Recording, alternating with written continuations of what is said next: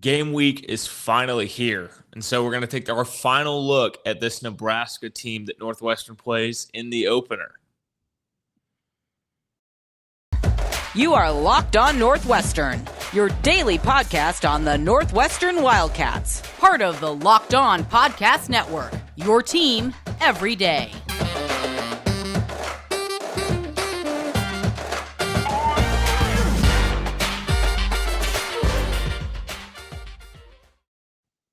All right, welcome in. This is Locked On Northwestern, part of the Locked On Podcast Network, your team every day. I'm your host, Carter Bird, and thank you for making Locked On Northwestern your first listen for anything and everything Northwestern. I'd like to thank LinkedIn Jobs for being the official college football recruiting sponsor across the Locked On College Network. LinkedIn Jobs helps you find the candidates you want to talk to faster. Post your job for free at linkedin.com/lockedoncollege. Terms and conditions apply. All right, so here we go. We're going to take a look at the inside linebackers today for Nebraska. Then we're going to dive into the DBs and a little bit of the special teams, and that's going to be today's show as we kick off game week 0, Northwestern, Nebraska in Dublin, Ireland. So here we go. Right off the bat, Nebraska returns a couple really key players in this inside linebackers group. The first being Luke Riemer, a junior out of Lincoln, Nebraska, 6'1", 225 pounds.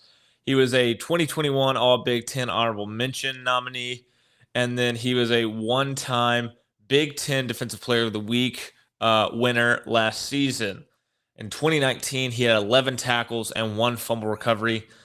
2020, he had 40 tackles, 5 tackles for a loss, 2 sacks, and 1 forced fumble. Then last year, you saw him really take off as he had 108 tackles, 6 tackles for a loss, 1 sack, 1 interception, 7 passes defended, 3 forced fumbles. That allowed him to go on to become the Nebraska Linebacker of the Year for that Nebraska 2021 team. You know, he was an unranked guy in the 2019 recruiting class. He's a walk-on, and he is named to the 2022 Butkus Award watch list. So that shows you that progression that Nebraska walk-on program can have that's so legendary, how they can take a walk-on and turn him into somebody who's on a watch list to win the award for best linebacker in college football. Paired with him is Nick Heinrich, a sophomore out of Omaha, Nebraska, 6'3", 225 pounds. Did not get any action in 2019. 2020, he had 27 tackles with a half tackle for a loss. In 2021, you saw him take off 99 tackles, 3.5 tackles for a loss, and half a sack. He was a 4-star in the 2019 recruiting class, number 146 player in the country, the number 8 inside linebacker, and the number 1 player in the state of Nebraska. I think that this is the best pair of inside linebackers this Nebraska program has had in a long time, and I think it's going to show. The question is, do the losses up front affect how well they play? Does it affect their production? Between these two guys, you have 207 tackles, 9.5 tackles for a loss, 1.5 sacks, 1 interception, 7 passes defended, and 3 forced fumble. And that's just in the 2021 season. With them, you also have Chris Kolorovich, a senior out of Traverse City, Michigan. He's a Northern Iowa transfer in 2021, 6'1", 225 pounds. In 2018 and 2019 at Northern Iowa, he had 144 total tackles, 9.5 tackles for a loss, 2 sacks, and 2 interceptions. Last year, playing a not an every down role, he had 27 tackles, 1 tackle for a loss. He's another unranked guy in the 2017 class who, rather than taking a walk-on opportunity coming out of high school, he took the FCS scholarship route, went there, played very well, and has now found his way onto a Big Ten roster where he plays he's that third guy in that inside linebackers group. Next up is Ernest Houseman, a freshman out of Columbus, Nebraska. He has not played yet because he's an incoming freshman in the 2022 class. He is a 3-star in that 2022 class, the number 678 player in the country, the number 65 linebacker, and the number 5 player in the state of Nebraska. The reason why I included him on the list, and I haven't included many other freshmen, is the fact that he generated a lot of buzz in the spring. He played a lot higher. He exceeded expectations. And so that is why I have him on this list. He's somebody that Nebraska fans are hoping will make an impact in his freshman season this fall. And he's a guy that you could see out there in this first game. Next up is Etiva Malga Clements out of Pleasant Hills, California. 6'1", 220 pounds. In 2020, he had a single tackle. Last season, he had 5 tackles, 1.5 tackles for a loss, and a pass defended. In the recruiting class of 2020, he was a junior college guy, so he was a 3-star in that class. He was number 39 JUCO player in the country, number 3 JUCO outside linebacker, and the number 10 player in American Samoa. He's somebody that is being tabbed as, if he can stay healthy, he's a potential breakout guy in the middle of this Nebraska defense. So he's somebody to keep an eye on. And then finally, the guy who is, I guess, considered to be on the 2 deep at inside linebacker, Garrett Snodgrass, a sophomore out of York, Nebraska. 6'3", 220 pounds. In 2020, he had 5 tackles. 2021, he had 4 tackles. He missed the spring with a shoulder injury, which has allowed these other 3 reserves to kind of enter the conversation and potentially unseat him in that backup role. Is a 3-star in the 2019 class, number 831 national player in the country, number 53 athlete, and the number 4 player in the state of Nebraska. But that's the group on the inside linebacker room. You have a lot of production at the first 2 guys. You've got a Northern Iowa transfer who has plenty of college production, and then you've got some potential. You got a junior college guy, you got a freshman, and then you got a guy who's been with the program for a couple of years coming off injury. There's bodies there, but nobody that really matches the production of those first 2, which, how can you? They had 207 combined tackles between the 2 of them. I think it'll be interesting to see how the weakened interior of the defensive line affects this group and how a strong Northwestern offensive line can handle these linebackers. That's something to keep an eye on, as undoubtedly Northwestern's going to try to establish the run in the opener in Dublin. So in just a second, we're going to start looking at the defensive backs. Who do they lose? Who do they return? What does it look like going into this season opener? As you gear up for fall, you need the right people on your team to help your small business fire on all cylinders. LinkedIn Jobs is here to make it easier to find the people you want to talk to faster and for free. Create a free job post in minutes on LinkedIn Jobs to reach your network and beyond to the world's largest professional network of over 810 million people. Then add your job and the purple hashtag hiring frame to your LinkedIn profile to spread the word that you're hiring so your network can help you find the right people to hire. Simple tools like screening questions make it easy to focus on the candidates with just the right skills and experience so you can quickly prioritize who you'd like to interview and hire. It's why businesses rank LinkedIn Jobs #1 in delivering quality hires versus leading competitors. LinkedIn Jobs helps you find the candidates you want to talk to faster. Did you know every week nearly 40 million job seekers visit LinkedIn? Post your job for free at linkedin.com/lockedoncollege. That's linkedin.com/lockedoncollege to post your job for free. Terms and conditions apply. All right, so now that we've talked about the inside linebackers, let's move on to the DBs. We've covered everywhere else on the defense. So let's talk about this DBs group. Coming off this 2021 season, You lose a lot. And first on that list is Cam Taylor-Britt, a corner. He's a 2021 team captain, 2021 Senior Bowl team member. He was named to the Senior Bowl. Second team All Big Ten in 2021. 2020 second team All Big Ten as well.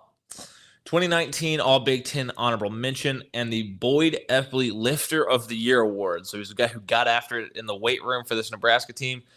And, all of that, it's a big piece. It's a big piece to miss. In 2021, he had 51 tackles, 3 tackles for a loss, 1 sack, 1 interception, and 11 passes defended.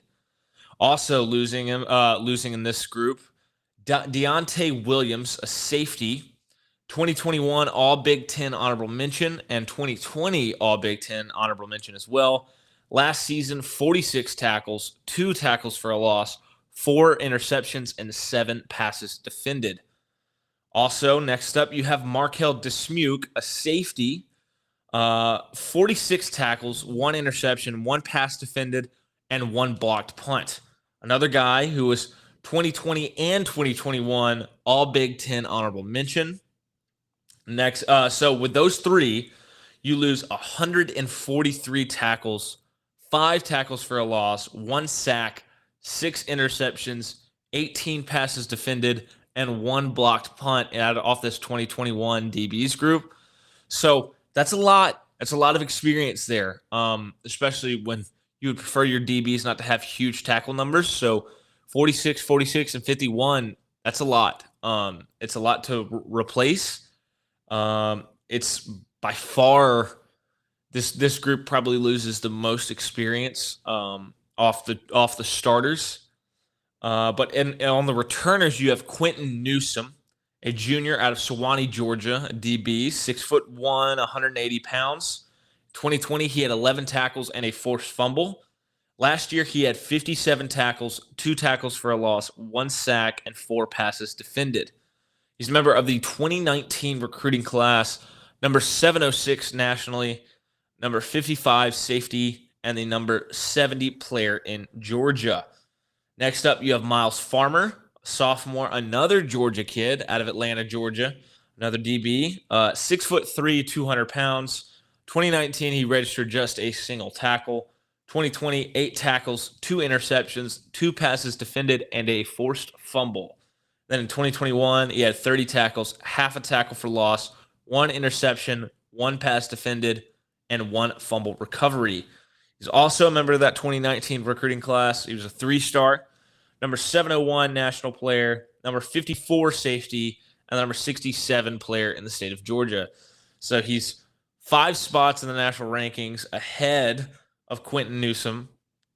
The safety directly 1 spot ahead, and he was 3 players ahead in the state of Georgia. Next up, you have Braxton Clark, a junior out of Orlando, Florida. A little bit bigger guy, 6'4", 195 pounds, bigger frame at least. 2018, he had a single tackle. 2019, 11 tackles, 1 tackle for a loss, 1 interception, 1 pass defended, and 1 fumble recovery. Then in 2021, he had 5 tackles and 2 passes defended. He's a member of the 2018 class where he was a 3-star, number 1,101 player in the country, number 98 corner, and the number 164 player in the state of Florida. Next up, you have Marquez Buford Jr., sophomore out of DeSoto, Texas. 5'11", 190 pounds. Last season, he had 3 tackles. Recruiting class, he was a member of the 2021 recruiting class. He was a 3-star. He's the number 1 prep player in the country, the number 1 prep athlete, and the number 1 prep player in the state of Texas. Next up is Isaac Gifford, a sophomore out of Lincoln, Nebraska. Plays nickel. 2020, he had 4 tackles. 6'1", 200-pound guy. 2021, he had 7 tackles. Was a 3-star in the 2020 recruiting class. Number 1,316 player in the country. Number 95 safety. And number 5 player in the state of Nebraska. And finally, you have Javen Wright, a sophomore out of Chandler, Arizona, another nickel, 6'5", 215 pounds. So really, really big DB on this one. Last year registered just a single tackle. Was a member of the 2019 recruiting class. Was a 3-star in that class. Number 812 player in the country. Number 73 corner and number 15 player in the state of Arizona. So really, outside of Newsom, Clark, and Farmer, those first 3 returning DBs with experience, you only returned 16 total tackles. So while you lose 143 tackles from 3 players, you return about around 100, and in the first 3 guys coming back, but you don't have much experience. You don't have much experience depth, and I think that's going to be something to keep an eye on. How does this truly revamped Nebraska secondary handle a largely unproven Northwestern receiving core? And do you see, I think could be one of the more interesting matchups of this game. Talk more about it later this week, but that's a matchup that jumps out to me right off the bat as I think the winner of that matchup, the Northwestern receivers versus the Nebraska DBs, has an excellent chance to make a significant impact in this game and could swing the game altogether. If you haven't tried Built Bar Puffs yet, you're depriving yourselves of one of life's greatest joys. And guess what? There's a new flavor. Ready? Delicious, indulgent cookie dough covered in chocolate. That's right. Built has done it again. Let me introduce you to your new favorite. Cookie dough chunk puffs have a light and chewy texture, real cookie dough chunks, and of course, they're 100% real chocolate. All of the joys of eating cookie dough without the hassle of making it. Plus, it's healthy for you. Cookie dough chunk puffs are only 160 calories and they have a whopping 15 grams of protein in them. Run to Built.com to snag a box for you and the family. It'll be the perfect treat, or you can find a really good hiding place and just hoard them for yourself. Like all Built bars, the new cookie dough chunk puff is covered in 100% real chocolate. That means they're healthy and tasty. Chocolate-covered cookie dough with a light, fluffy texture. So good. What's great about Built is that all of their bars are made with collagen protein, which your body absorbs more efficiently and provides a ton of health benefits. Eat something that tastes good and is good for you. You're going to love the new cookie dough chunk puff. Whether you need a snack for your workout, a late night treat, or just need to grab a quick bite, Built is the perfect protein bar, and they taste better than a candy bar. Ditch the calories, fat, and sugar. Grab yourself a Built bar. Go to Built.com, use promo code LOCKEDON15 and get 15% off your order. Use promo code LOCKEDON15. All right, so now that we've looked at inside linebackers and we've looked at DBs, let's quickly run through the special teams. This year, Nebraska has elevated Bill Bush to the full-time special teams coordinator. Last year, Nebraska had some struggles on special teams, particularly with field goals. They were 50% on field goals. They missed 8 of them. So they were just 8 of 16. Connor Culp was 6 of 12, and Chase Contreras was 2 of 4. So you would like to have a little more consistency no matter who your team is on field goals, for sure. And Bill Bush has stressed this year that any drive that reaches the 24-yard line needs to finish in points, one way or the other. So that's where Nebraska has looked to retool in the kicking game. They have an incoming punter named Brian Buschini out of Helena, Montana. Sophomore, Montana transfer.